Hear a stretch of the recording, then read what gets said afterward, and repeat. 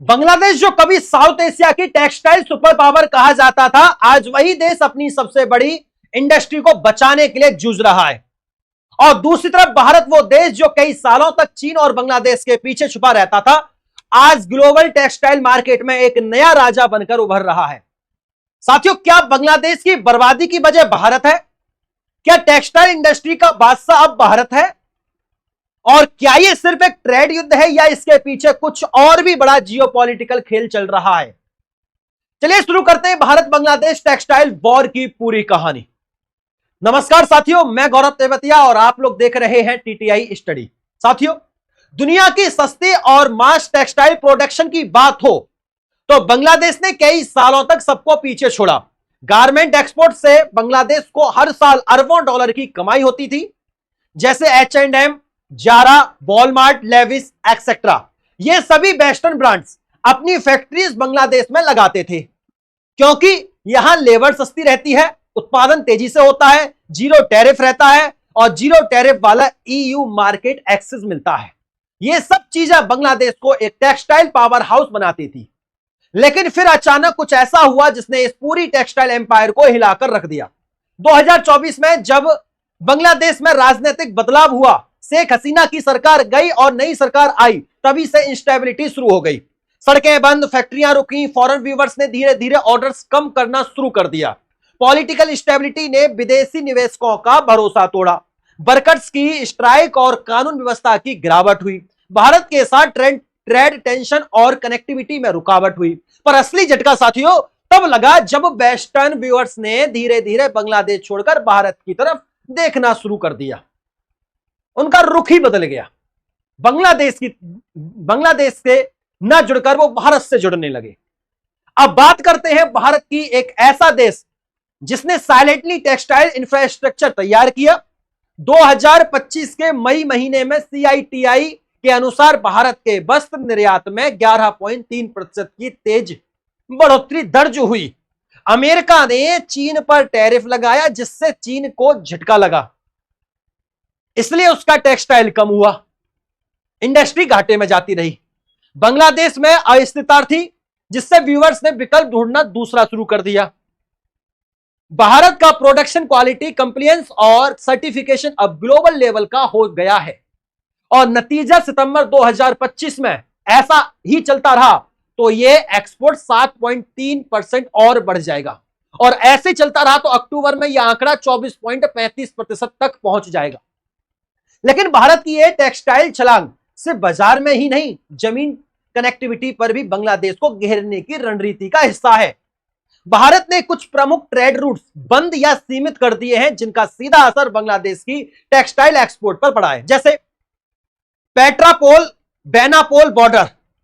यह सब बड़ा लैंड ट्रेड रूट है इंडिया बांग्लादेश के बीच।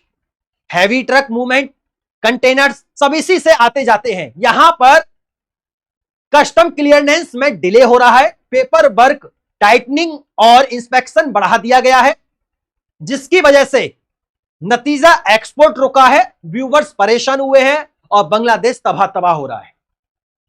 दूसरा बॉर्डर सुतरकांडी बॉर्डर, यहां भी यही काम चल रहा है। आगे हम बात कर लेते हैं तीसरे बॉर्डर की, हल्दीबारी पर उन्हें यहां भी रोक लगा दी है। और इस तरीके से inland water way, Ganga Padma link, Bangladesh का माल जल मार्ग से पश्चिम बंगाल होता हुआ आगे जाता था, लेकिन अब inland waterway authority of India ने नेविगेशन रिस्ट्रिक्शन और नई फीस स्ट्रक्चर लगा दी है, जिससे उसकी इंडस्ट्रियल पर प्रभाव पड़ा है। बांग्लादेश को मिलने वाली ट्रांजिट रूट सब्सिडी भी रोकी गई। पहले भारत कुछ स्पेशल एक्सेम्पशंस देता था, जो अब पॉलिटिकल तनाव के चलते बंद हो चुका है। नेट रिजल्ट क्या हुआ इससे साथियों, जिससे बांग्लादेश की एक्सपोर्ट कॉस्ट बढ़ गई, शिपमेंट डिले होने लगी। वेस्टर्न व्यूवर्स ने रिलायबिलिटी पर सवाल उठाना शुरू कर दिया और इसी का सीधा फायदा भारत को मिला। अब बात करते हैं ग्राउंड पर भारत को कैसे फायदा मिला है। ध्यान दीजिएगा, डेवलप्ड देशों के व्यूवर्स अब इंडिया से सर्टिफिकेशन मांग कर रहे हैं, यानी भरोसा बढ़ा रही है। सप्लाई चेन शिफ्ट हो रही है। जो पहले बांग्लादेश चीन में था, अब भारत में हो रहा है। रॉ कॉटन इंपोर्ट भी बढ़ा, मतलब टेक्सटाइल इंडस्ट्री फुल स्विंग में है। कॉटन एसोसिएशन ऑफ इंडिया के अनुसार 2024-25 में भारत का कच्चा कपास आयात 3.3 मिलियन गांठों तक जा सकता है, और जो पिछले साल सिर्फ 1.52 मिलियन था। मतलब टेक्सटाइल एक्सपोर्ट बढ़ रहा है, रॉ मटेरियल की मांग बढ़ रही है, और ग्लोबल व्यूवर्स भारत को एक न्यू टेक्सटाइल हब मानने लगे हैं। यह सिर्फ एक इकोनॉमिक स्टोरी नहीं है, यह एक जियोपॉलिटिकल पावर शिफ्ट भी है। जब भी किसी देश की इकोनॉमी गिरती है तो वहां की पॉलिटिक्स, डिप्लोमेसी और डिफेंस भी वीक होने लगती है। बांग्लादेश की टेक्सटाइल गिरने का मतलब है जॉब्स में गिरावट, डॉलर रिजर्व पर दबाव और इंडिया से डिपेंडेंसी बढ़ना।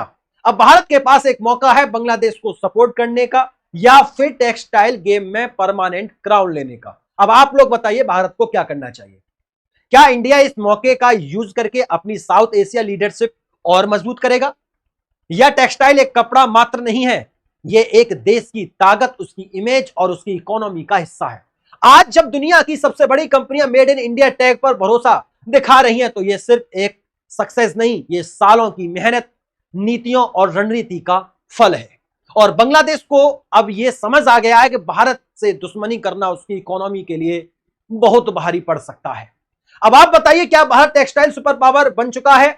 क्या बांग्लादेश वापसी कर पाएगा, और क्या हम इस मौके का पूरा फायदा उठा रहे हैं? कमेंट करिए, शेयर करिए और देश के नए इंडस्ट्रियल राइज को समझिए सिर्फ टीटीआई स्टडी पर। फिर मुलाकात होती है अगले वीडियो में, तब तक के लिए नमस्कार। अगर चैनल को सब्सक्राइब नहीं किया है तो जल्दी से चैनल को सब्सक्राइब कर लीजिए। नमस्कार।